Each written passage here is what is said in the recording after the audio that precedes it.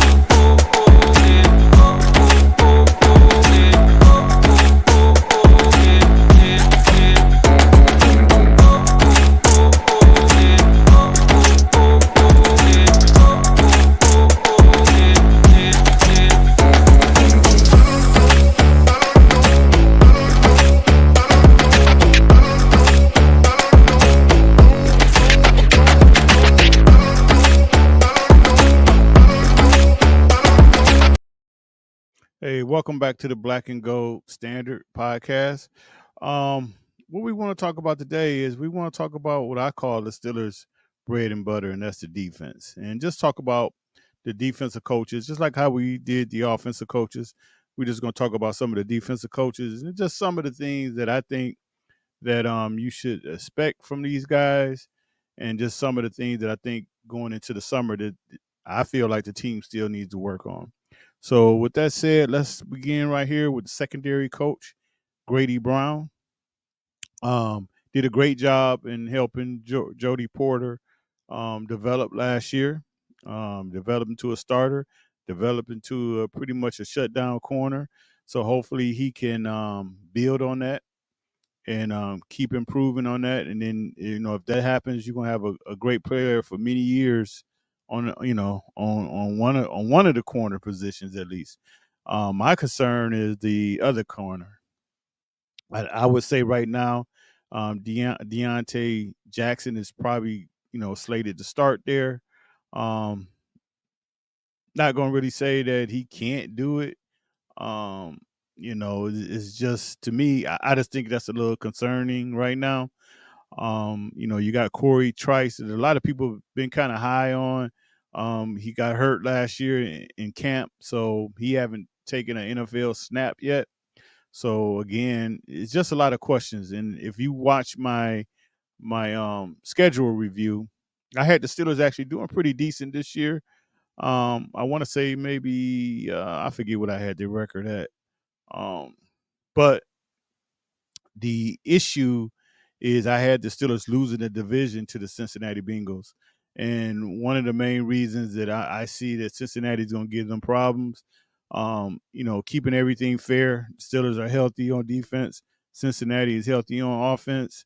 I think Joe Burrow is an issue for them right now. As the roster is built right now, matching up with Chase and T Higgins is going to be an issue for the Steelers, I think. And I got Cincinnati actually getting them twice.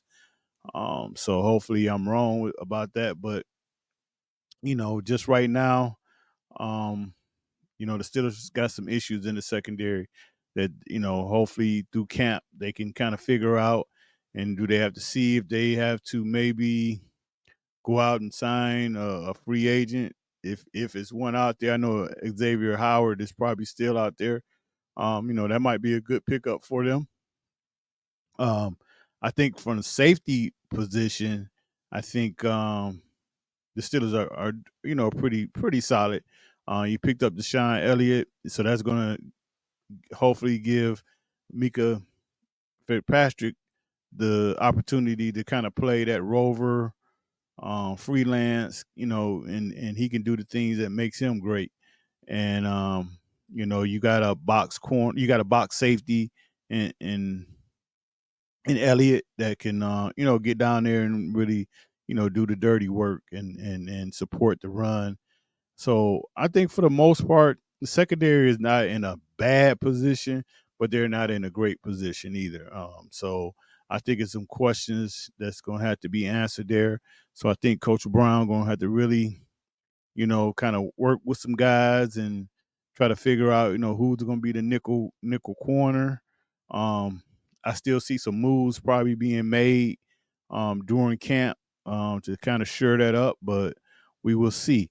Um, Going right along, the next guy I want to talk about is Coach Aaron Curry, inside linebackers coach. Um, I think this is going to be a not challenging year, but just the fact of he just got some new players. But once these guys get up to speed, I mean, I think this position is going to be lights out. I mean, picking up free agent Patrick Queen was huge. Um, I think once he just gets comfortable with the defense, he'll be a Pro Bowler. Um, you know, right now I would think Roberts is probably going to start on the side, on his side until they feel like Peyton Wilson is ready. Once Peyton Wilson is ready, I think he would be um, that starter with Queen, and that's going to give you two linebackers that can run, that can hit, and I call them, they like missiles. They're going to find the ball and they're going to destroy it.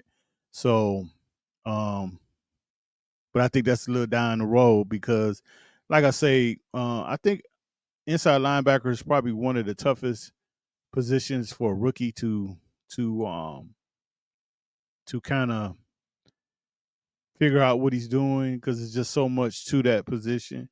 You got to know when to read the quarterback. You got to know who to pick up out the backfield.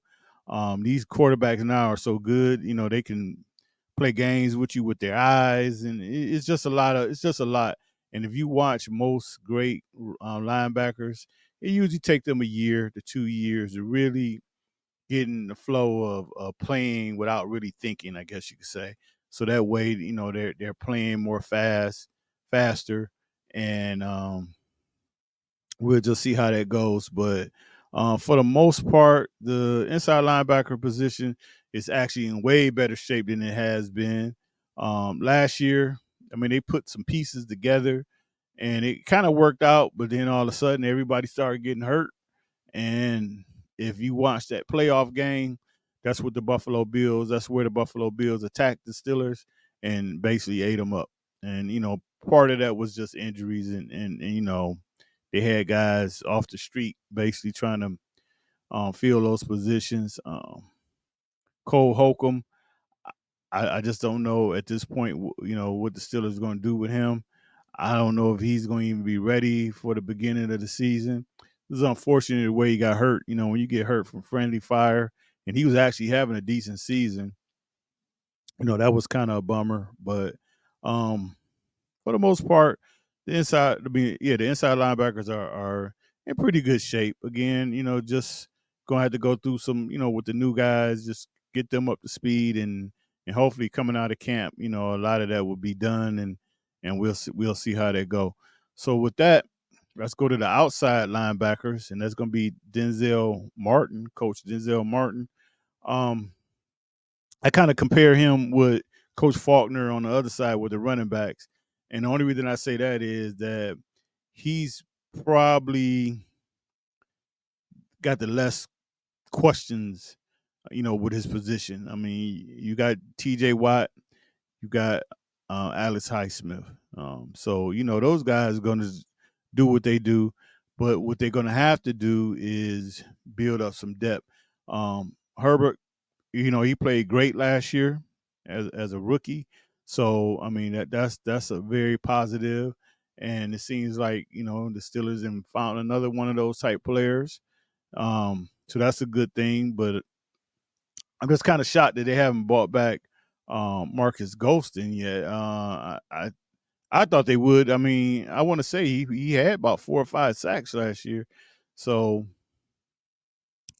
maybe during camp, you can see him come back. So I just think in that position, it's just a more of working on the backup guys and just continue to have them to develop. And other than that, I think the linebacker room as a whole is in pretty good shape. Like I say, just a few little questions that need to be answered, but this is what you have, camp for, and we'll see how that go. So the next guy I want to talk about is Coach Carl Dunbar, defensive line coach. Little questions here. You got Cam Hayward. I know he's kind of holding out right now. With the contract type thing. Me personally, I don't really see that as an issue. I mean, whatever negotiation is going on, I feel like that'll get done. I don't even really think the Steelers want to have Cam out there for OTAs. This is mini camp, training camp. They probably want to have him there just kind of, get in shape a little bit. But they want him healthy week one in Atlanta. I think at this point of his career, you know, all these extra camps and extra practices, he really don't need on his body, especially coming off the year he had last year with a lot of injuries and core muscle injuries. You got to be very careful with that type of stuff. So um, I don't really think the Steelers are mad that he's not there and he's not practicing because I think they kind of want to keep him off his feet a little bit anyway. I think Benton, like I said before, I think this kid is going to be a star.